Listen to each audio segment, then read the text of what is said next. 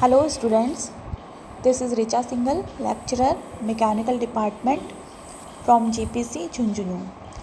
Last lecture में हमने thermodynamics के टॉपिक्स थर्मोडायनेमिक्स क्या होता है और सिस्टम क्या होता है उसके बारे में पढ़ा था। आज हम प्रॉपर्टीज़ के बारे में पढ़ेंगे। प्रॉपर्टीज़ मतलब गुणधर्म। प्रॉपर्टीज़ के बारे में पढ़ने से पहले हमें पता होना चाहिए स्टेट क्या होता है।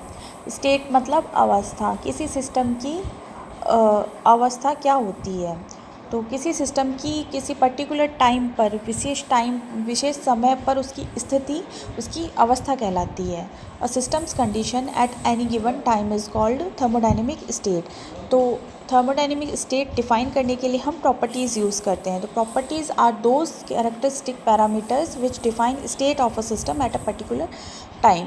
किसी सिस्टम की किसी टाइम पीरियड किसी पर्टिकुलर टाइम पर उसकी स्थिति क्या है वो बताने के लिए हम जिन कैरेक्टरिस्टिक्स पैरामीटर्स को जिन कांस्टेंट्स को यूज़ करते हैं वो प्रॉपर्टीज़ कहलाती हैं।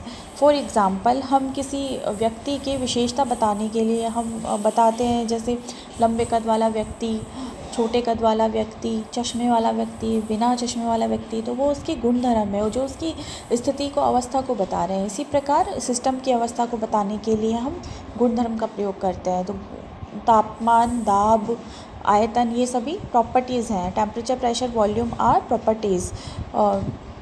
Any change in value of a property depends only on the initial and final state of the system, not on the path followed by the system from one state to another.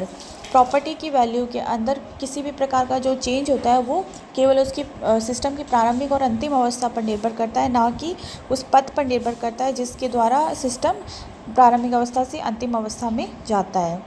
For example हम जैसे माना हमने पानी 40 degree centigrade पर गर्म किया, तो starting में उसका तापमान 40 डिग्री सेंटीग्रेड है जिस पर हम पानी को गर्म कर रहे हैं। अब इस गर्म पानी को हम कमरे के तापमान पर ले गए ठंडा होने के लिए, फिर अंतिम तापमान कमरे का तापमान के बराबर हो जाता है, फॉर सपोज़ 30 डिग्री सेंटीग्रेड हो जाता है। तो प्रारंभिक ताप 40 डिग्री सेंटीग्रेड और अंतिम ताप 30 डिग्री सेंटीग्रेड है।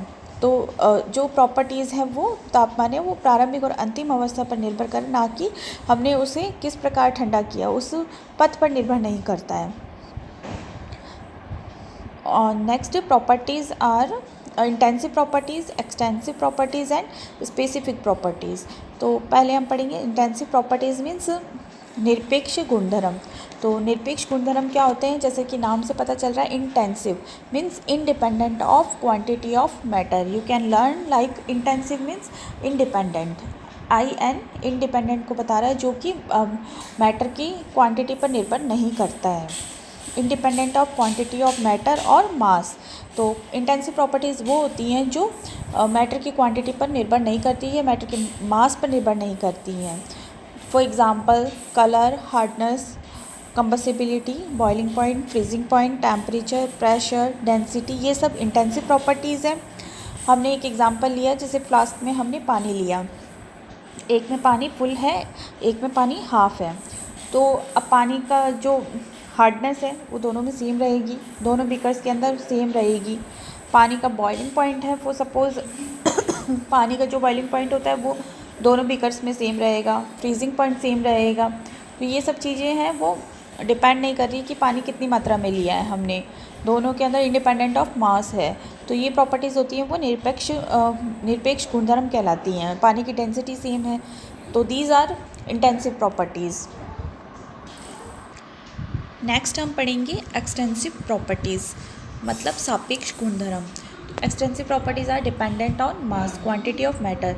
ये प्रॉपर्टीज़ मैटर की क्वांटिटी पर, मास पर निर्भर करती हैं। For example volume, internal energy, kinetic energy, entropy, wait.